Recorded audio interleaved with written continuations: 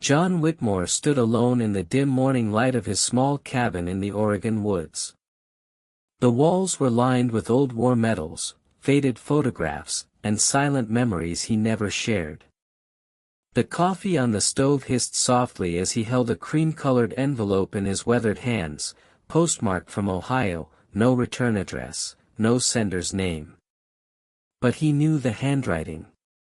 It was shaky now. Age had made it uncertain.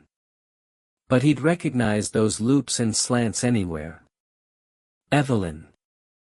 He hadn't spoken her name aloud in decades. Not since 1970, the year he left for Vietnam and everything he knew unraveled. He tore the envelope slowly, as if it might vanish in his grip. Inside was a folded letter and a small photo. The picture nearly made him drop his mug. It was a boy, no, a man now. Maybe mid-40s. Brown eyes. Strong jaw. Quiet smile. He looked like someone John had seen before. In the mirror, perhaps. He unfolded the letter. John. If this reaches you, then I'm already gone. I don't have much time left, and I needed you to know the truth. His name is Michael. He's your son. I never told you back then. I wanted to, but then your letters stopped coming. I thought you died. He's a good man, John. Kind. Honest. So much like you. He's never known you, but I hope it's not too late. The words blurred as his eyes filled. The room grew quiet. Even the birds outside seemed to stop. He hadn't died in Vietnam, not physically. But something inside him had, the part that believed in ever going back. After the war, he drifted. Moved west. Never married. Never stayed in one place too long. He told himself Evelyn had moved on, like everyone else had. But she hadn't. Not fully. She'd been holding on to a piece of him all these years. And now, so had Michael. John folded the letter carefully and sat down, the photo trembling in his fingers. So much time had passed. What kind of father could he be now? What kind of man waits 40 years to meet his own blood? But that face, there was something gentle in it. Something hopeful. John didn't know what he could say to Michael, if anything at all. But he knew one thing, he had to try. A week later, John packed a small bag and boarded a Greyhound eastbound to Ohio. The first trip he'd taken in years. The bus window reflected the tired man he'd become, but also something new, a trace of purpose.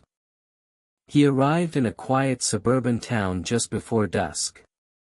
With only a name and a letter, he asked around, visited the local library, and by some stroke of kindness, found a school staff directory.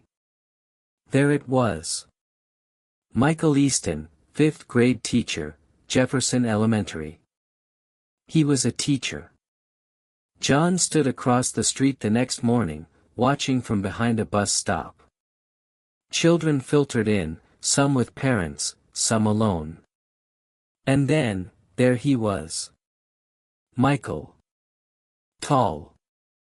Calm. Warm smile as he opened the school doors. A little girl tugged his sleeve and pointed to a paper in her hand. Michael knelt down, laughed, and helped her fix it. John watched from the shadows, heart pounding. This was his son. The man who had lived a full life without him. And yet, John felt something unspoken tugging between them. A connection that no time could erase. But what could he say? Hi, I'm your father. Surprise. No. Not like that. He couldn't just walk up and shatter a life so carefully built. He'd have to ease into it. Watch a little longer. Find the right moment. Maybe even speak to him without revealing everything, just yet. The past had waited this long. And John wasn't ready to lose his only chance at something that still mattered. He took a deep breath, stepped off the curb, and began walking toward the school gate. Michael Easton didn't know the man watching him from across the street. To him, it was just another Monday morning, another routine of bell rings, hallway chatter, and the comforting chaos of fifth graders. But behind the glass windows of his classroom, John sat quietly on a public bench across from the school playground, his coat buttoned up despite the late spring sun, hands trembling slightly as he gripped a worn thermos. This wasn't the battlefield he was used to. This was far more terrifying. Michael had Evelyn's smile. That was the first thing John had noticed. The same way the corners of her lips curved when she was trying not to cry. But there was more, a softness in his voice when he spoke to the kids, the way he rested his hand gently on their backs as they entered, like he was guarding something precious. John watched for 3 days straight. Never approached. Just watched.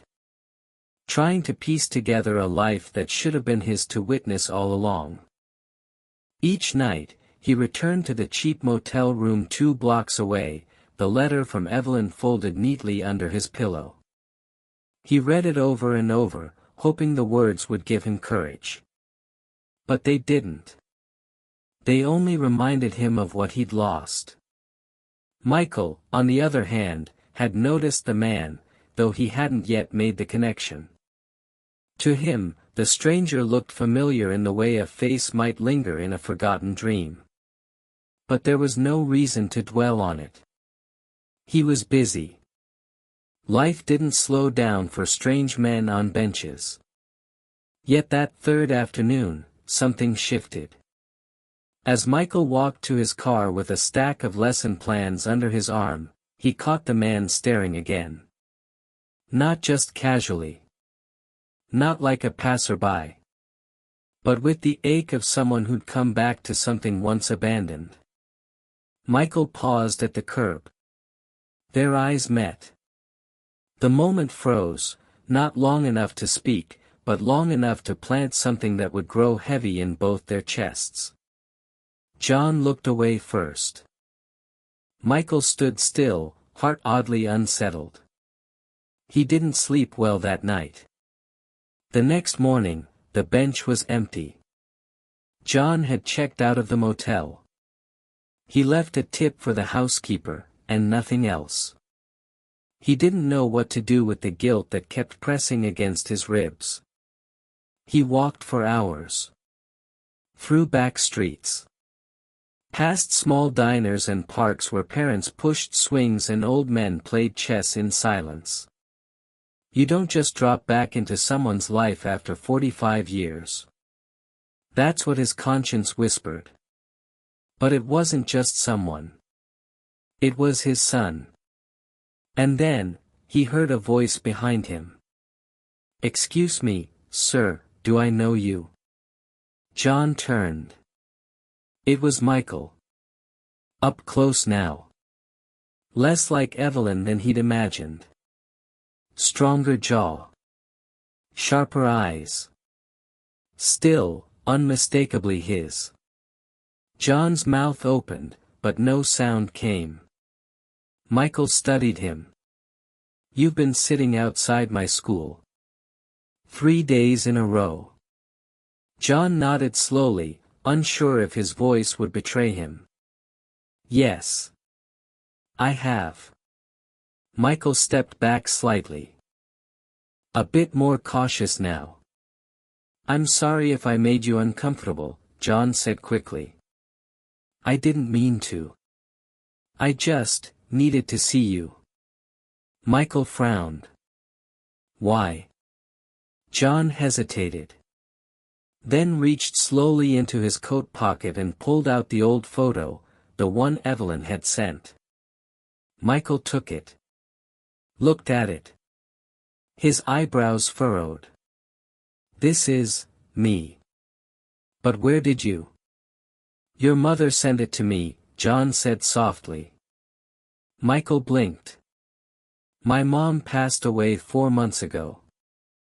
"Who are you?" John took a slow breath. "I'm John Whitmore. I knew Evelyn, a long time ago. Before I left for Vietnam." Michael's eyes widened. "She wrote me one last time, said you were my son." The words landed heavy. Too heavy for Michael to process in the moment. His grip tightened on the photo. "I think you're making a mistake," he said, but his voice cracked, uncertain now. "I hope not," John whispered. And with that, Michael turned and walked away. Not fast. Not angry. Just stunned. John didn't follow.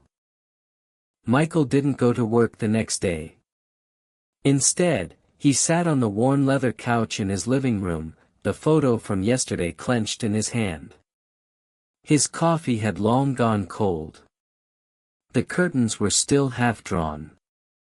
The room was dim, yet buzzing with thoughts that refused to rest. Who was this man? His mother had told him so many stories, some real, some surely softened by time. But she had never mentioned a man named John Whitmore. Not once. And certainly not that he might be his father. That word didn't even feel real. Father. Michael had grown up thinking his dad was just one of those men who left. No name, no legacy. Just gone.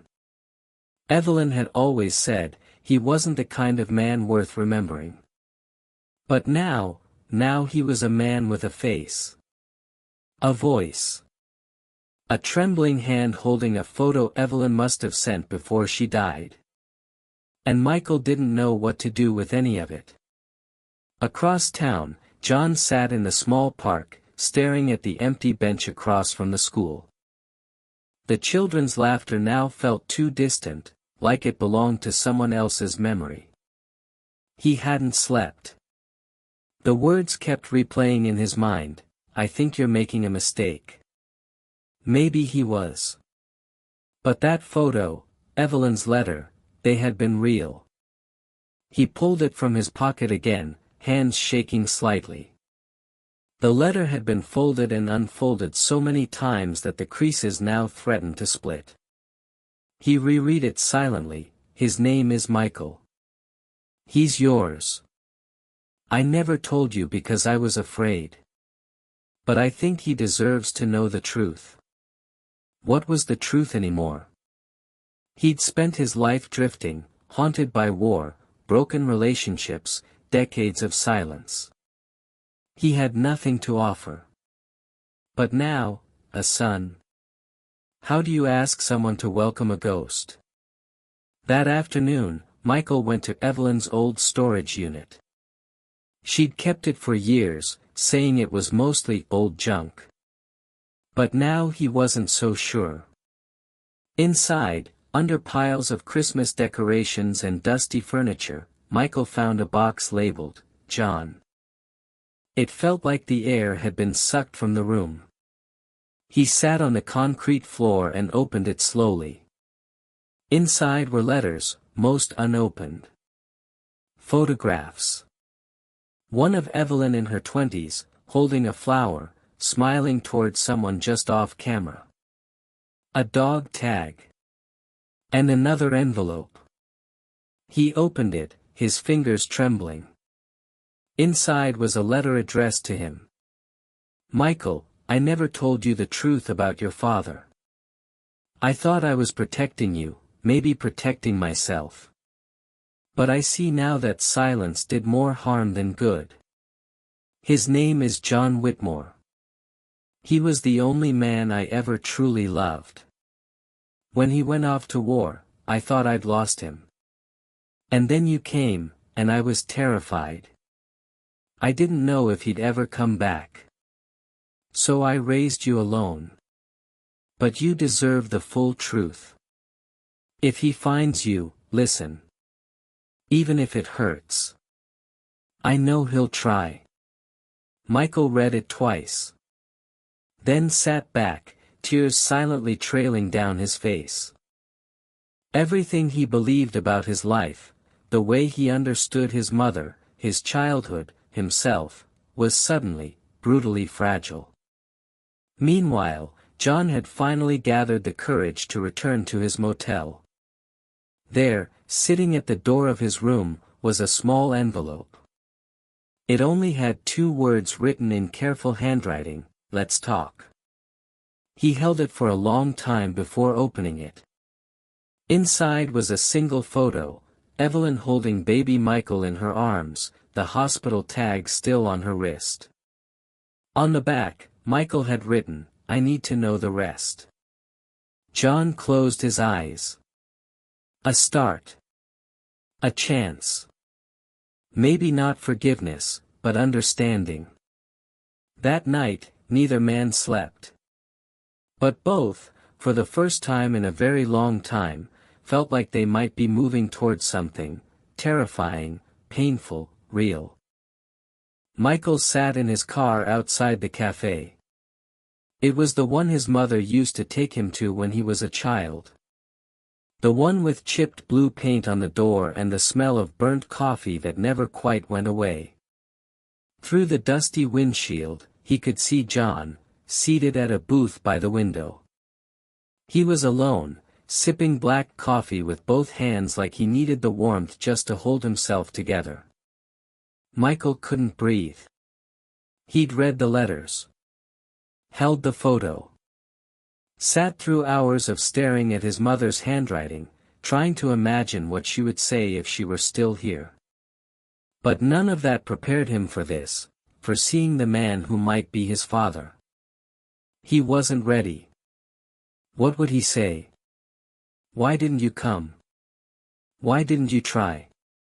Did you ever want to know me? But those questions came with fire. And Michael didn't want to scream.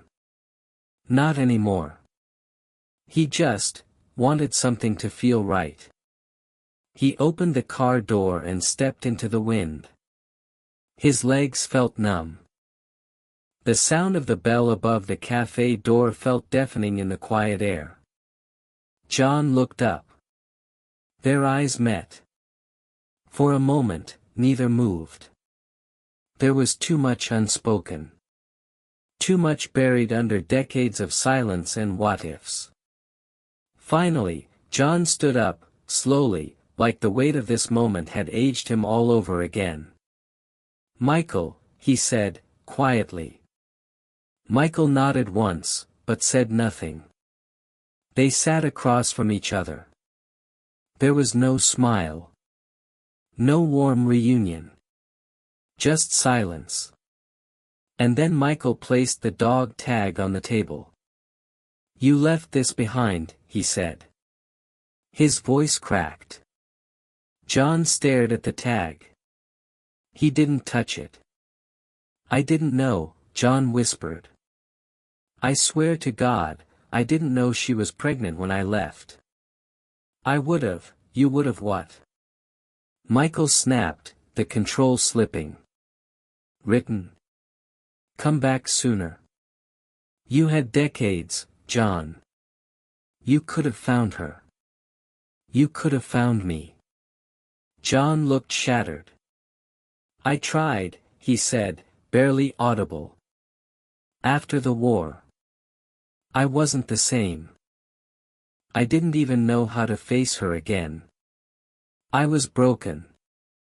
I thought she deserved someone better. I thought maybe she moved on." Michael's jaw tightened. "She didn't.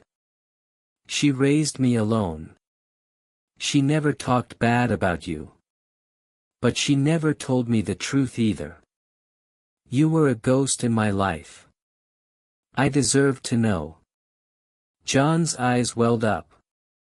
I've made more mistakes than I can count. But the moment I found that photo, it was like time collapsed. I don't know how to be your father, Michael. I don't know if I even deserve to be called that. But I want to know you. Michael stared down at the table. His hands trembled. Do you know what it's like, he said softly, to grow up wondering why you weren't worth staying for? John didn't answer. Because there was no good answer. Just a silence so thick it could crush hearts. Then, Michael stood up, pushing the chair back. I don't know what you're expecting, he said. This isn't going to be some magical reunion. I don't even know if I want a relationship with you. I'm not expecting anything, John said quickly. I want a chance to make up for it. In any way I can. Michael paused, his face unreadable. Then, with no goodbye, he turned and walked out of the cafe. John didn't follow. He just sat there, head in his hands, trembling. All the years. All the loss. And now, one more chance slipping through his fingers. Outside, Michael got into his car. His heart pounded. His hands shook on the wheel. But beneath the pain, something stirred. Not forgiveness. But the beginning of something harder, possibility. The next morning, Michael stood outside the house he hadn't visited in over a year, his mother's house. The grass was overgrown, and the windows were still boarded up from the last storm. But he had to go inside. He needed clarity. Answers. Inside, dust danced in the light streaming through cracked blinds. It smelled like old paper and quiet memories. Michael walked into his mother's room and opened the closet where she used to keep a metal tin under the floorboard, a secret place for important things. It was still there. Hands trembling, he opened the box. Old letters. A wedding photo of someone not his mother. And one envelope marked, in case he ever returns. Michael's stomach dropped. He unfolded the letter carefully. It wasn't addressed to him. It was addressed to John. If you're reading this, it means you finally came back. I always believed you would, but life wasn't kind to us. I didn't tell you everything, John. I couldn't. I was scared. I was ashamed, Michael blinked. I told you the child was yours. But I wasn't certain. His hands froze. The room blurred. The air tightened around him. Michael was conceived around the same time I was with someone else. I prayed he was yours. I told myself he was. But I never truly knew. And I didn't have the courage to find out. Michael collapsed onto the bed, the letter falling from his hands. Everything cracked open. All this time, the grief, the longing, the anger, and now he wasn't even sure if John was his father. How could she keep that from both of them? He sat there for hours. The pain wasn't rage this time. It was emptiness. The kind that sits low in your chest and makes everything feel meaningless. That night, he met John again. They sat in silence in the same booth, the same stale coffee between them. Michael placed the letter down. I found this, he said quietly.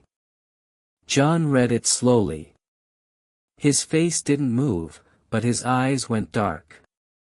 I didn't know, Michael said, voice trembling. She never told me.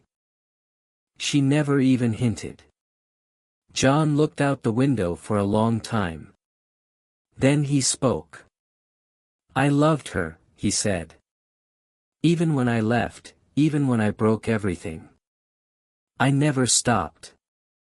And if there's even the chance you're my son," he looked back at Michael. "That's enough for me." Michael wanted to believe him. Wanted something solid to hold on to. But he was tired of building his life on maybes. "There's a test," he said. "DNA. We could know for sure." John nodded. "I'll do it. Whatever you need." Michael reached for the dog tag again, suddenly unsure of everything. "And if I'm not?" John looked at him steadily. "You're still the boy I should have known.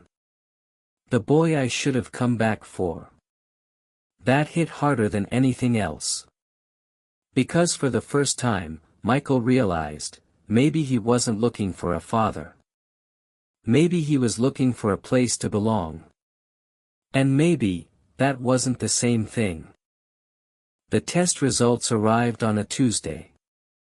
Michael had sat by the mailbox every morning for a week, hands in his hoodie pockets, staring down the street as if the answer to his entire life would come walking up the sidewalk. John met him at the clinic parking lot. Neither of them said much. They just exchanged a nod before walking inside together. The nurse handed over the sealed envelope. It was heavier than it looked. Michael's fingers hovered over the flap. He felt like a child again, scared of the dark but too proud to admit it. "Do you want to read it first?" he asked John. "No," John said quietly. "You open it. It's your truth." Michael tore it open. His eyes scanned the paper. He had to read it twice before he understood. Probability of paternity, 99.998%. He blinked. The words didn't move. John leaned in. "Well?" Michael looked up, dazed. "It's you." A breath caught in John's throat. And then his shoulders relaxed, as if he'd been holding the whole world up for years and finally set it down. They didn't hug. They didn't cry. They just stood there, two broken men under a strip mall awning, finally seeing the shape of what they'd lost, and what they could still reclaim. But clarity didn't fix everything. That night, Michael sat in the living room with the TV off, just staring at the flickering fireplace. His fiancée, Rachel, came in quietly, sitting beside him. "I thought you'd be happier," she said gently. "I thought so too," Michael whispered. "But it's like, I don't know what to do with this. With him." Rachel reached for his hand. "You don't have to have all the answers right now. Just the courage to ask the right questions." A few days later, Michael stood on the porch of his late mother's house, the place that once felt like a prison. John was inside, fixing the busted sink, muttering about rusted pipes like it was his own home. Michael walked in and watched him work. It was strange, familiar, yet foreign. John glanced up. "Thought you'd be out." "I was," Michael said. "But I wanted to talk." John stood, wiping his hands on a towel. "I don't know how to be a father to a grown man," he said before Michael could speak. "And I sure as hell don't expect you to just let me in. But I want to try. If you'll let me." Michael looked at the man, not as the ghost who left, but as the flesh and blood human who came back. "I don't want to fix the past," he said. "I just want to stop being angry all the time." John nodded, eyes glassy. "Then maybe we start there." That afternoon, they cleared out the garage together. Found boxes of old photos, childhood toys, broken furniture. Dust and laughter mixed in the air for the first time in years. It wasn't a perfect ending. But it was a beginning. The test results arrived on a Tuesday. Michael had sat by the mailbox every morning for a week, hands in his hoodie pockets, staring down the street as if the answer to his entire life would come walking up the sidewalk. John met him at the clinic parking lot. Neither of them said much. They just exchanged a nod before walking inside together. The nurse handed over the sealed envelope. It was heavier than it looked. Michael's fingers hovered over the flap. He felt like a child again, scared of the dark but too proud to admit it. "Do you want to read it first?" he asked John. "No," John said quietly. "You open it. It's your truth." Michael tore it open. His eyes scanned the paper. He had to read it twice before he understood. Probability of paternity, 99.998%. He blinked. The words didn't move. John leaned in. "Well?" Michael looked up, dazed. "It's you." A breath caught in John's throat. And then his shoulders relaxed, as if he'd been holding the whole world up for years and finally set it down. They didn't hug. They didn't cry. They just stood there, two broken men under a strip mall awning, finally seeing the shape of what they'd lost, and what they could still reclaim. But clarity didn't fix everything. That night, Michael sat in the living room with the TV off, just staring at the flickering fireplace. His fiancée, Rachel, came in quietly, sitting beside him. "I thought you'd be happier," she said gently. "I thought so too," Michael whispered. "But it's like, I don't know what to do with this. With him." Rachel reached for his hand. "You don't have to have all the answers right now. Just the courage to ask the right questions." A few days later, Michael stood on the porch of his late mother's house, the place that once felt like a prison. John was inside, fixing the busted sink, muttering about rusted pipes like it was his own home. Michael walked in and watched him work. It was strange, familiar, yet foreign. John glanced up. "Thought you'd be out." "I was," Michael said. "But I wanted to talk." John stood, wiping his hands on a towel. "I don't know how to be a father to a grown man," he said before Michael could speak. "And I sure as hell don't expect you to just let me in. But I want to try. If you'll let me." Michael looked at the man, not as the ghost who left, but as the flesh and blood human who came back. "I don't want to fix the past," he said. "I just want to stop being angry all the time." John nodded, eyes glassy. "Then maybe we start there." That afternoon, they cleared out the garage together. Found boxes of old photos, childhood toys, broken furniture. Dust and laughter mixed in the air for the first time in years. It wasn't a perfect ending. But it was a beginning. The house was quiet now. Not silent, just peaceful. You could hear the soft ticking of the old clock above the fireplace and the occasional creak of floorboards that had witnessed too much over the years. Michael sat at the kitchen table with John, each holding a mug of coffee. It wasn't awkward anymore. There were still gaps between them, sure, years of missed birthdays, lost Christmas mornings, and unsaid words. But they'd started filling those gaps, not with explanations, but with presence. "I sold the truck," John said quietly. "The one I kept parked at the old veterans lot." Michael raised an eyebrow. "You've had that thing for 20 years. "I want to be done running," John said. "I don't want to live in a machine anymore. I want a place to put down roots again, if that's still possible.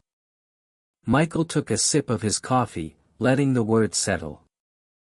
I've been thinking, he said. There's this little community center down on Maple.